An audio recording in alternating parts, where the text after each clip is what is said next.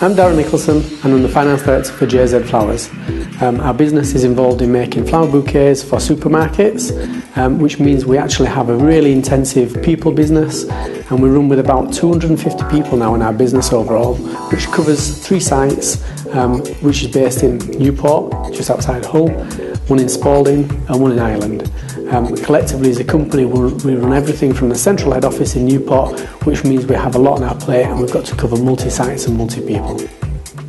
What we were facing is producing lots of documents for customers, of course, PODs and sales invoices.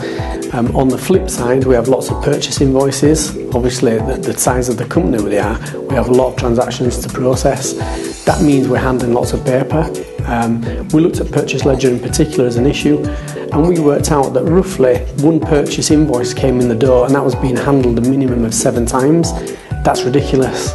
There's no sense in that because you're moving it from place to place. The other thing that you found was because it's moving, you couldn't locate it anymore. You know it came in the building because it's electronically on our system, but you can't find that invoice to approve it. It's probably on somebody's desk, but whose desk is it actually sat on? And usually it's in a stack of paper somewhere, and trying to find that. That's before it's even paid. When it is paid, then you have to find it in the filing system, and the filing system, as you can imagine, is quite expansive. So finding the current year is probably fine. A couple of years ago it gets more difficult, and going back beyond that, that's going to be hard work. We knew that there were digital systems available to help us manage that process, so we started looking to what benefits that could give us. Really it was just as a document storage, that's what we're after more than anything else, and prevent this handling so we couldn't lose documents and trace where they were within the business. That's what we actually set out to do to start with. When we went through the scoping exercise, we actually got a lot from that in looking at how our business operates. The system itself, you're not bending to fit the software, you're actually making sure those controls are in place, which are fairly basics. Authorisations, for example, and who does what within the business and when. It makes you think about what you do and how you do it and whether you do it properly.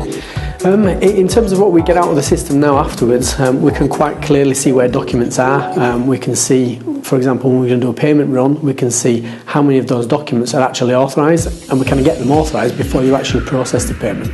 That's a big thing for us. Previously, without the system, we'd do a payment run which may contain 200 documents and you can only locate 50 of them, so you can't pay those invoices.